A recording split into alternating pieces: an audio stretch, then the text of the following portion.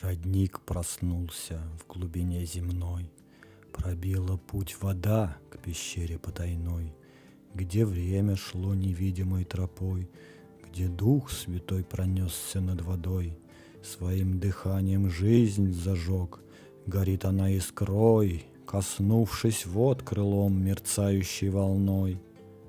Прошли века, как миг под звездной тишиной, теперь бежит вода вдоль арок в мир чужой. Акведуки приносили воду, но куда она уходила?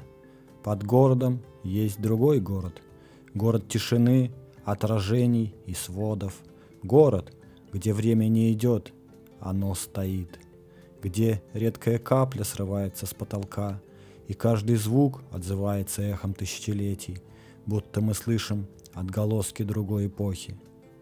В прошлой части мы шли по маршруту Кырк-Чешме, поднимались на арочные мосты, считали пролеты, пересекали водные потоки, уходили в туннели, искали свет во тьме, смотрели в глаза камням, задавали вопросы, словно в игре, что, где, когда.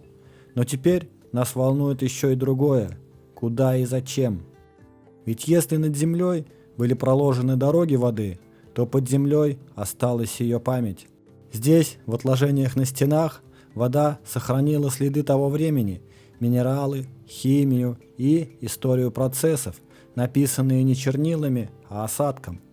И может быть, именно здесь, в темноте, можно найти потерянные знания тех, кто все это построил. В Константинополе существовали сотни цистерн, большие и малые. Сейчас они скрыты под мечетями, домами, под улицами, где теперь шумят машины. И каждая как часть единого организма, где вода текла не по воле случая, а по точному замыслу. И это не метафора и не преувеличение.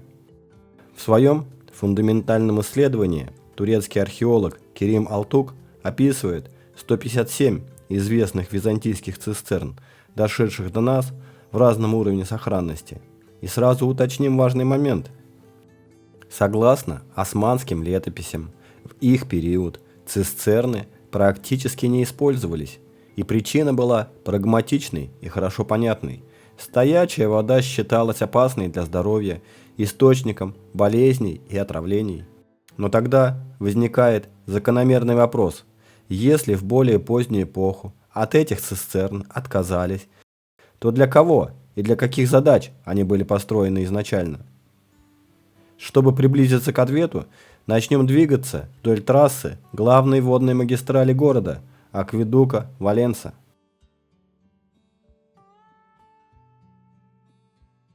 Первый крупный узел на этом пути – цистерна Феодосия. Согласно принятой датировке, она была построена в период с 428 по 443 год нашей эры, во времена правления императора Феодосия II. Однако, в ходе нашего расследования мы уже не раз сталкивались с ситуацией, когда масштабные инженерные объекты приписываются конкретным правителям без объяснения технологической подготовки и реальных возможностей эпохи. Такой именной маркер чаще говорит не о моменте создания, а о том, что объект уже существовал, функционировал и был включен в систему именно в этот период. В случае с цистерной Феодосия мы имеем дело именно с такими косвенными сведениями. Известны не подробности строительства объекта, а лишь факт существования и обслуживания водопроводной системы во времена правления Феодосия II. Тем не менее, мы имеем сведения, что к этому моменту в городе уже существовали подземные камеры, рассчитанные на прием значительных объемов жидкости. При размерах емкости 20 на 40 и на 11 метров и объеме около 9000 кубических метров цистерна Феодосия по своей конфигурации могла выполнять как роль классического накопителя, так и распределительного узла, включенного в более сложную систему движения потоков. В официальных описаниях она фигурирует как резервуар. Своды цистерны опираются на ряды колонн с шагом около 4 метров. формируя четкую и повторяющуюся модульную структуру. С инженерной точки зрения сама конструкция не вызывает вопросов. Она понятна, рациональна и типична для крупных подземных камер. Но обратим внимание на название. Сегодня эта цистерна известна как шерифье. С турецкого это слово переводится как возвышенная, почетная, расположенная выше. И в этом названии неожиданно точно отражено ее расположение. По уровню Феодосия действительно находится выше остальных крупных подземных узлов этой линии. С инженерной точки зрения для нас гораздо больше интерес представляют элементы подвода и отвода жидкости. И именно здесь начинаются сложности.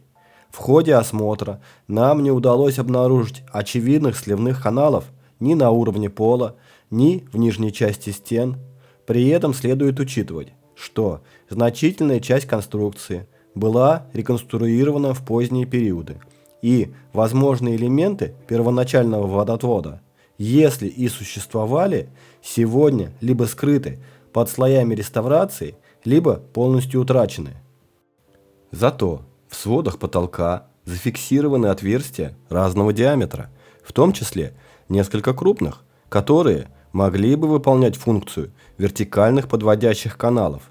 Кроме того, имеется служебное помещение, закрытое для доступа посетителей, и не исключено, что именно в этой зоне могли располагаться элементы дренажа или регулируемого слива. Это позволяет предположить, что жидкость поступала в цистерну сверху, а сама Феодосия могла играть роль узла приема и распределения потоков, направляя их дальше, в сторону базилики и, возможно, к цистерне Бин-Бир-Дирек. Часть потоков могла уходить в сторону ипподрома, где, согласно описаниям Керима Алтуга, существовала сеть дворцовых и общественных водных сооружений, небольших цистерн и распределительных резервуаров, обслуживающий комплекс Большого дворца, ипподром и прилегающие постройки.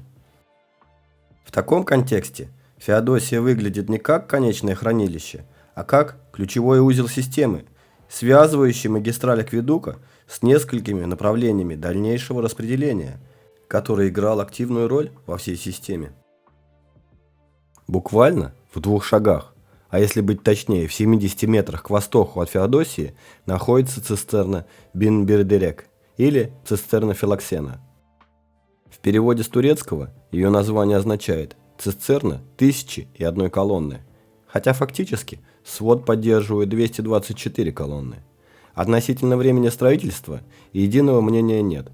Одни историки связывают сооружение с периодом правления Филоксена в самом начале IV века нашей эры, то есть примерно за столетие до Феодосии. Другие относят к эпохе Юстиниана, это уже VI век, акведуки которого мы разбирали в прошлой серии. Однако, вне зависимости от датировки, наибольший интерес представляет не только вопрос «когда», сколько вопрос «как это пространство использовалось в разные эпохи». На гравюрах XVIII-XIX веков хорошо видно, что в османский период это сооружение функционировало исключительно в утилитарном режиме, как складское или хозяйственное помещение. Здесь размещались ремесленные мастерские и использовали объем как защищенное подземное пространство.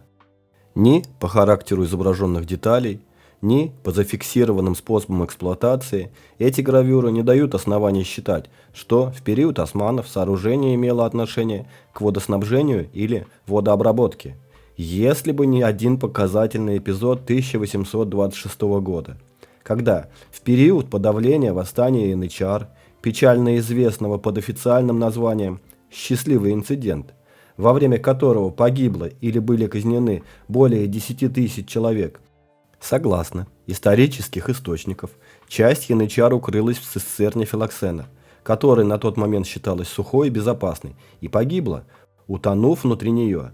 Этот факт принципиально важен, если сооружение действительно на протяжении десятилетий использовалось как склад или цех, то вода не могла появиться там случайно.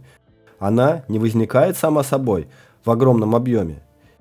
либо в системе сохранились скрытые и управляемые подводы воды, о которых еще знали и могли использовать в XIX веке, либо само понятие сухой цистерны было лишь условным, следствием утраты знаний о ее реальной работе.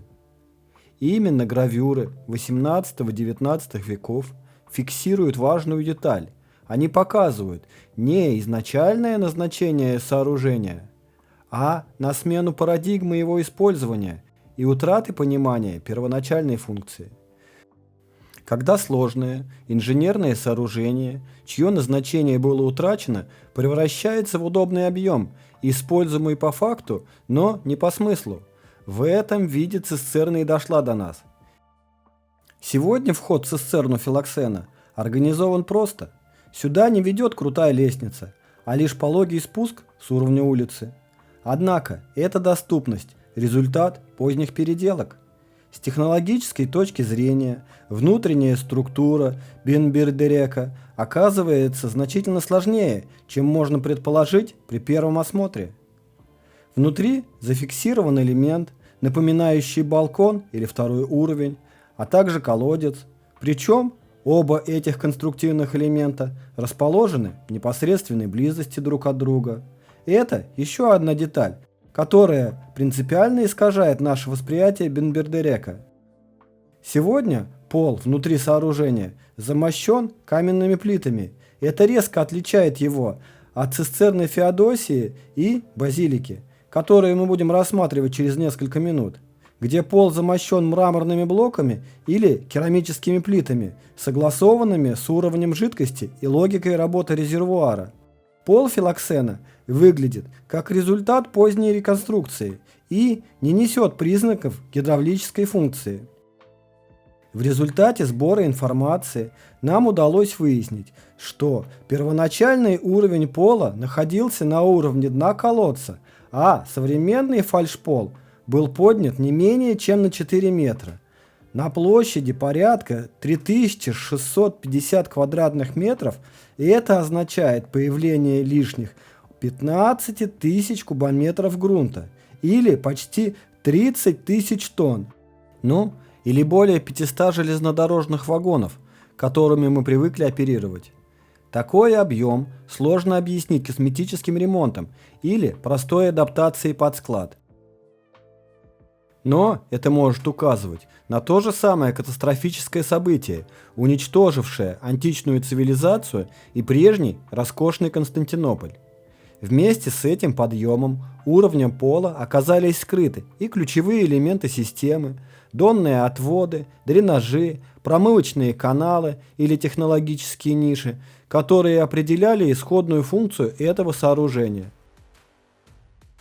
Стоит отметить, что Филоксен находится не только рядом, но еще и практически на одном и том же гидравлическом уровне с цистерной Феодосия. Это означает, что они не могли формировать каскад, но могли работать параллельно, как два узла одного горизонта. Кроме конструктивно-технологических аспектов, один элемент заслуживает особого внимания. Практически все капители в Филоксене промаркированы индивидуальными знаками. Хотя видов меток совсем немного, но символы, которые их формируют, не похожи ни на греческие буквы, ни на латинские цифры, ни на арабскую вязь. И это не декор. И они не несут религиозный характер. Они явно не на виду и нанесены до монтажа. С инженерной точки зрения, такие метки могли иметь логичное объяснение. Они использовались в процессе сборки сложной конструкции, где каждая капитель имела строго определенное место и ориентацию, либо выполняла особую функцию.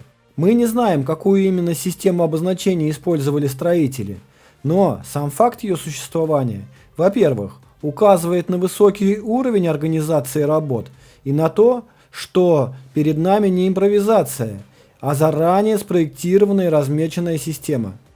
Подобные метки известны и в других крупных инженерных сооружениях прошлого и всегда свидетельствуют об организованном проектном строительстве. Во-вторых, как выяснилось, у ученых нет понимания и общего мнения, к какому языку или алфавитной системе относятся эти символы. Они не могут отнести их к известным языкам, И это принципиально важный момент. В эпоху, когда уже существовал официальный алфавит и письменность, была развита административная система, использование непонятных, нечитаемых символов не имело бы практического смысла. Инженерные метки должны быть однозначны и понятны тем, кто с ними работает. Отсутствие расшифровки этих символов и невозможность соотнести их с византийской письменной культурой позволяют предположить, что эти сооружения относятся к еще более раннему этапу, к цивилизации, существовавшей до Византийской империи и, возможно, до самого Константинополя в его привычном нам историческом облике. Это не прямое доказательство, но важный маркер утраты преемственности. Перед нами знаки системы, язык которой пережил свою цивилизацию.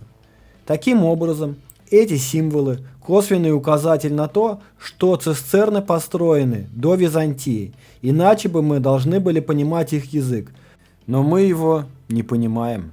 А значит, либо мы потеряли ключ, либо, возможно, вся система гораздо старше той эпохи, которой ее приписывают. Еще одной принципиально важной особенностью Бин-Бердерек являются сами колонны. На каждой из них присутствует характерное утолщение – мраморное кольцо или юбка. Однако это не декоративный элемент. В период эксплуатации глубина цистерны была существенно больше, чем у Феодосии и Базилики. Высота колонн достигала порядка 15 метров, и в этих условиях строители применили составную конструкцию. Каждая колонна была собрана из двух отдельных стволов. По своей сути, это кольцо выполняло роль стыковочного стакана, обеспечивающего соосность и удобство монтажа элементов. С инженерной точки зрения, такое решение выглядит крайне нетривиальным. Монтаж 224 составных колонн, выстроенных по регулярной сетке с шагом около 4 метров, представляет собой исключительно сложную технологическую задачу.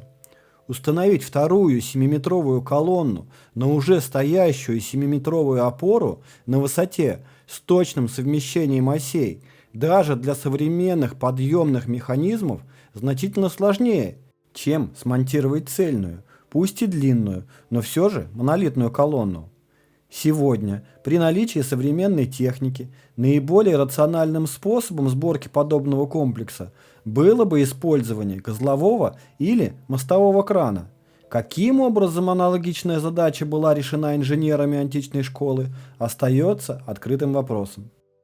Мы провели мысленный эксперимент и поставили себя на место архитектора, проектирующего этот комплекс. Самый простой и очевидный путь напрашивался сам с собой. Собрать колонны из плинфы на известковом растворе, точно так же, как были возведены стены по периметру цистерны. И, кстати, так же, как сейчас возводят пилоны, на которые опираются своды при строительстве церквей или мечетей. Однако, по какой-то принципиальной причине, строители сознательно отказались от этого решения и выбрали мраморные колонны.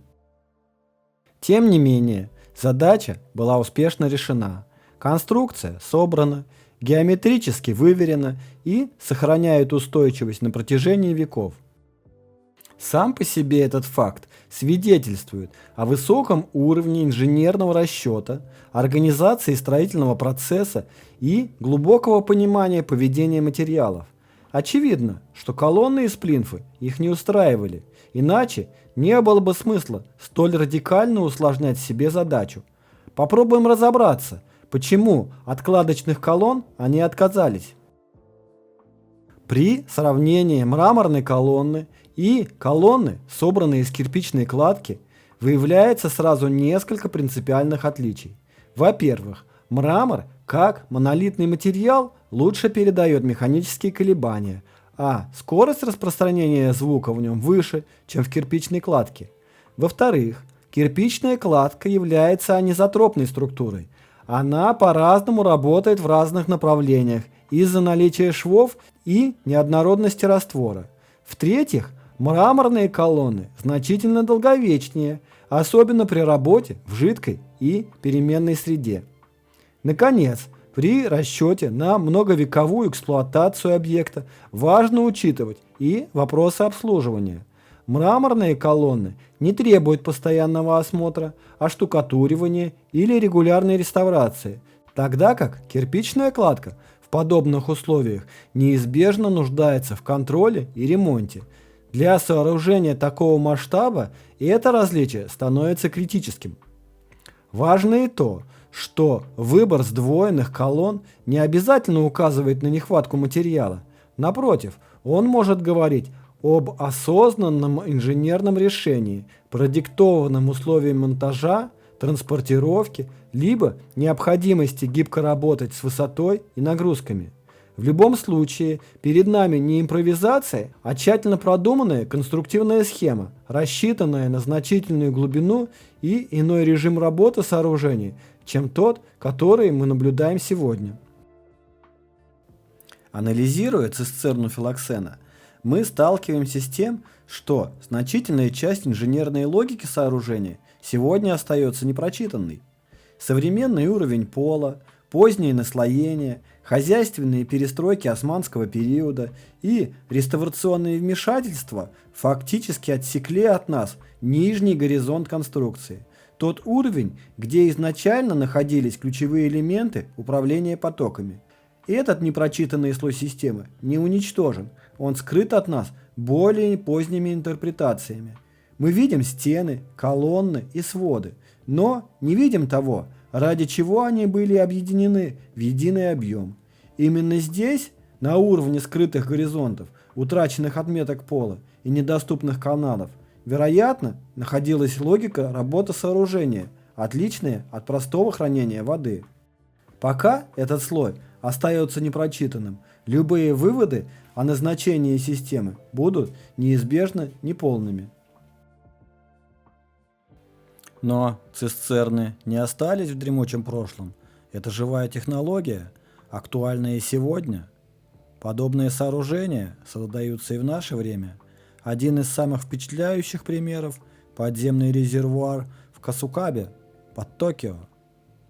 Но он не предназначен для хранения питьевой воды. Его главная цель – чисто противоположная – прием и временное удержание избыточных потоков во время сильных ливней и паводков. Его система включает сеть тоннелей длиной около 6 километров, соединяющая 5 вертикальных шахт резервуаров по 70 метров глубиной и 30 в диаметре каждая. Вода поступает сюда из рек Наака и Айси, а затем откачивается обратно в основное русло реки Эдо, когда уровень спадает. Центральная камера с колоннами, та самая кафедральная зала, служит энергогасителем. Здесь поток воды замедляется, прежде чем попасть к насосам. Ее длина 177 метров, ширина 78, высота 25. Потолок держит 59 железнобетонных колонн, каждая весом по 500 тонн. Современные инженеры называют это место подземным храмом, но древние уже строили такие храмы 1500 лет назад, согласно официальной истории. Только тогда, без насосов, без датчиков, без машин и стальных инструментов. Хотя, как мы можем утверждать это наверняка? Лишь потому, что, по нашему мнению, в ту эпоху их еще не должно было существовать? Но по картам перепадов высот, снятых вдоль направления древней магистрали, мы видим, система построена с удивительной точностью расчетом и не требовала никаких насосов. Она приводилась в действие самой гравитацией. Цель была иной, не защита от воды и не просто доставка ее в город. По нашему мнению, главное заключалось не в самой воде, а в том, что она несла с собой. Ведь вода – это универсальный растворитель. Вода могла быть средой, проводником, носителем определенных веществ, содержащихся в конкретных горах и вымываемых оттуда. Потоки сходились в цистернах, где собиралось или обрабатывалось то, ради чего, возможно, и строилась вся система. Вода не враг, вода – инструмент. И, пожалуй, в этом главный смысл древнего Константинополя – не победить стихию, а использовать ее разумно. Официалы говорят, что эти акведуки снабжали питьевой водой полумиллионный мегаполис. Но так ли это? Попробуем разобраться. Ведь за многие века система могла менять свое назначение, следуя целям тех, кто понимал ее истинную ценность. Примерно в 350 метрах к северо-востоку от цистерны Филоксена, у самого основания Айя Софии, расположена самая крупная из известных подземных цистерн Константинополя – цистерна Базилика, также известная как Еребатан. Турецкое название Еребатан дословно переводится как «провалившаяся в землю», и это не просто поэтический образ. На старинных гравюрах и по описаниям видно, что в момент, когда сооружение оказалось в поле зрения османских властей, оно находилось в разрушенном состоянии. Одна из стен отсутствовала, а часть перекрытий была обрушена или утрачена. То есть перед нами не аккуратно сохраненный резервуар, а объект, найденный уже после катастрофического события, зафиксированного документально и визуально. Сегодня это сооружение известно как цистерна Базилика, но это имя появилось лишь в XVI веке, спустя более 1000 лет после предполагаемого строительства. Ни археология, ни византийские тексты, ни османские источники не подтверждают существование базилики на этом месте. Название возникло на основании одного единственного позднего источника. Французский путешественник XVI века Петрус Гиллий открыл эту цистерну для Европы. Он пишет, что местные жители говорили ему: «Здесь когда-то была базилика». Однако в XVI веке слово «базилика» не имело никакой связи с христианским храмом, в том смысле, который мы вкладываем в него сегодня. Когда Пьер Гиллий писал, что местные жители говорили ему: «Здесь когда-то была базилика», он использовал термин в античном, а не церковном смысле. В этом контексте базилика могла означать здание, связанное с императорским или дворцовым комплексом, судебную палату или административное пространство, крытую галерею или просто крупное монументальное сооружение с колоннами.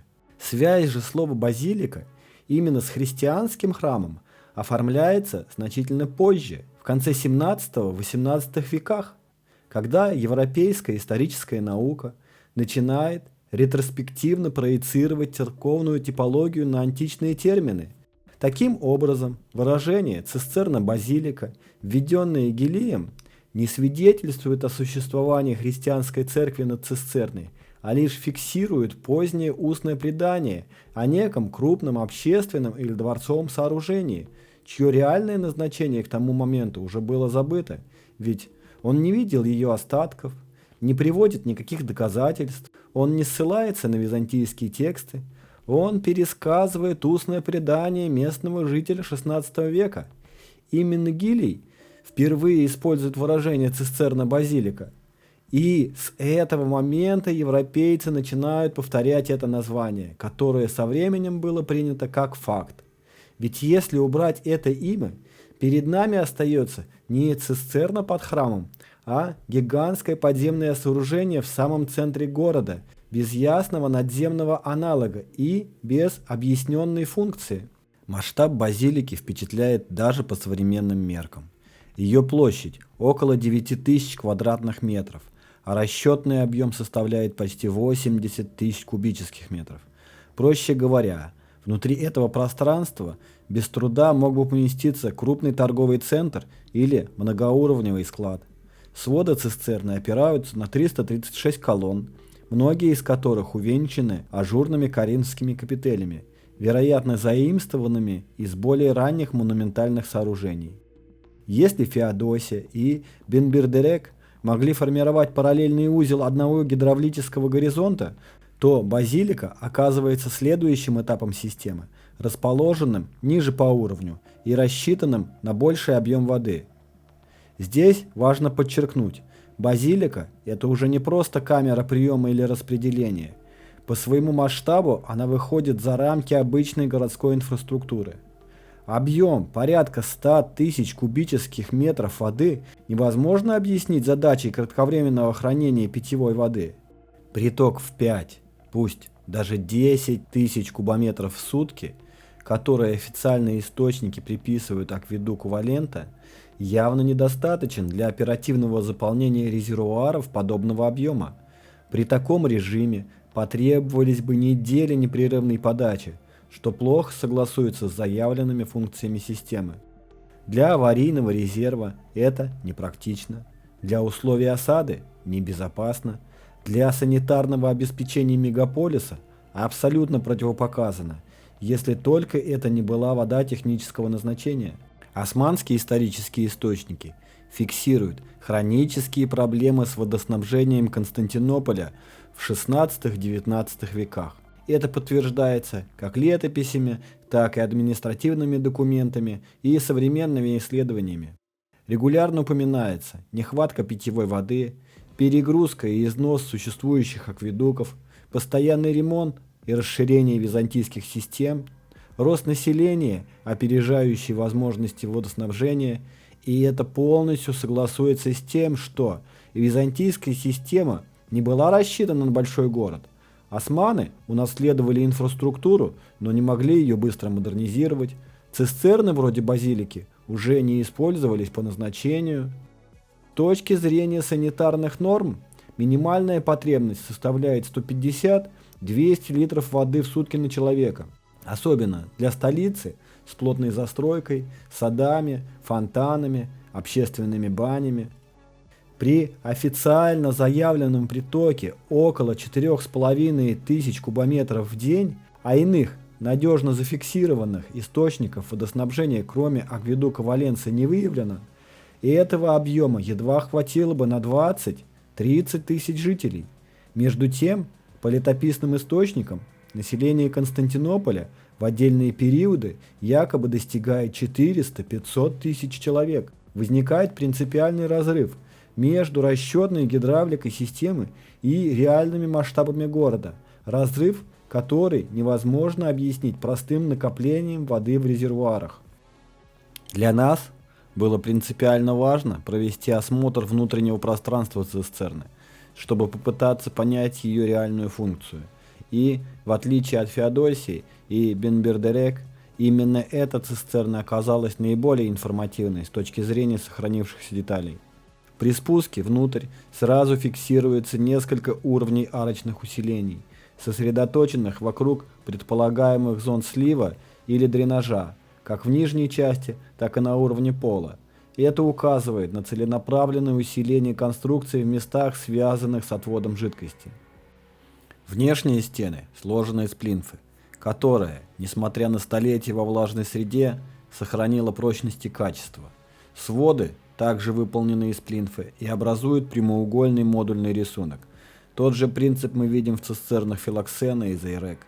Судя по сохранившимся сооружениям, именно такая прямоугольная схема сводов преобладала в античном строительстве. Радиальная конфигурация в Константинополе встречается лишь в цистерне Феодосии. На дне, в направлении предполагаемых дренажных зон, заметны участки, а также каналы, ориентированные на выпуск жидкости. Пол вымощен мраморными блоками, а местами, вероятно, керамическими плитами.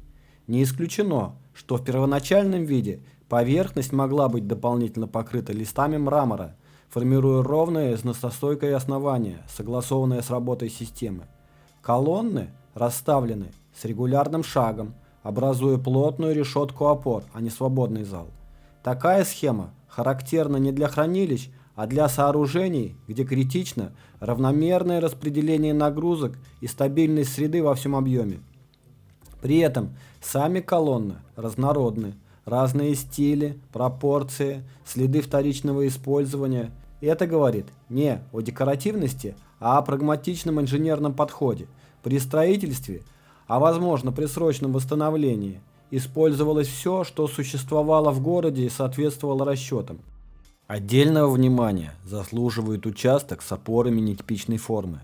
Здесь колонны установлены непосредственно на дно цистерны, без использования обязательных для классической схемы конструктивных постаментов, баз под колонны. Такие элементы сгруппированы локально и не могут быть случайностью. Увеличенная площадь пятна контакта явно указывает на попытку снизить удельное давление на основание.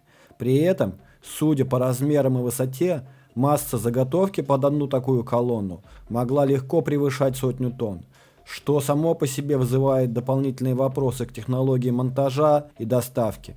В этой же зоне, наряду с мраморными колоннами, присутствуют массивные пилоны, полностью собранные из плинфы, с поперечным сечением порядка 3 метров.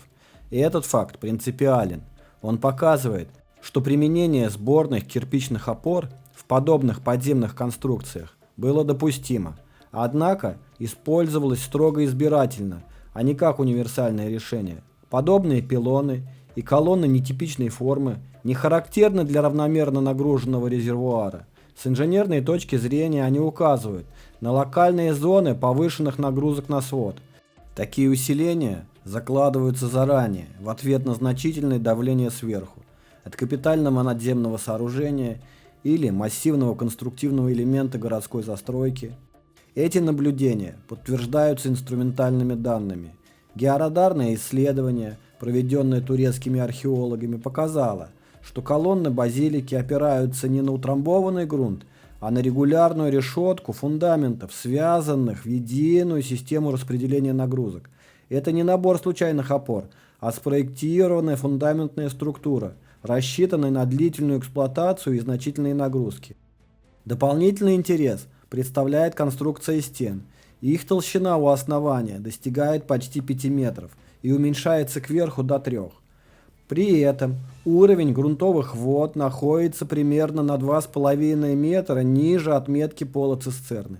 Это означает, что сооружение не борется с напором воды извне и не выполняет роль подземного водосборника в гидрогеологическом смысле. Напротив, оно изолировано от грунтовых вод и функционирует как автономная герметичная камера с жестко заданной внутренней логикой. Приточный канал легко читается, поскольку он у всех на виду, и он практически не обсуждается в официальных описаниях.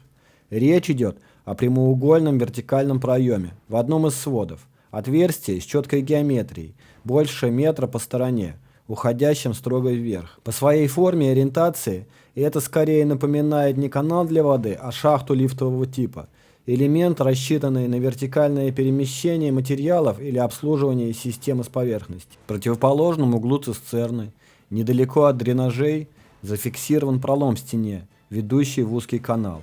Мы выяснили, что его обнаружили относительно недавно. Он явно относится к функциональной части конструкции. В инженерной логике схема водоводов читается однозначно. Вертикальный проем в своде, как элемент доступа или подачи, и дренаж, или отвод из нижнего горизонта камеры. Именно такая схема характерна не для хранилищ, а для объектов, где поток проходит через объем и не останавливается в нем. И здесь мы подходим к совпадению, которое трудно назвать случайным.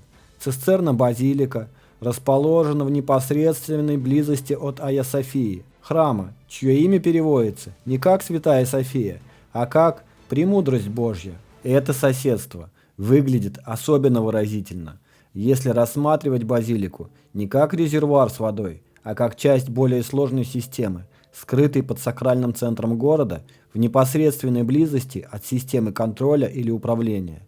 Но это соседство всего лишь наша гипотеза.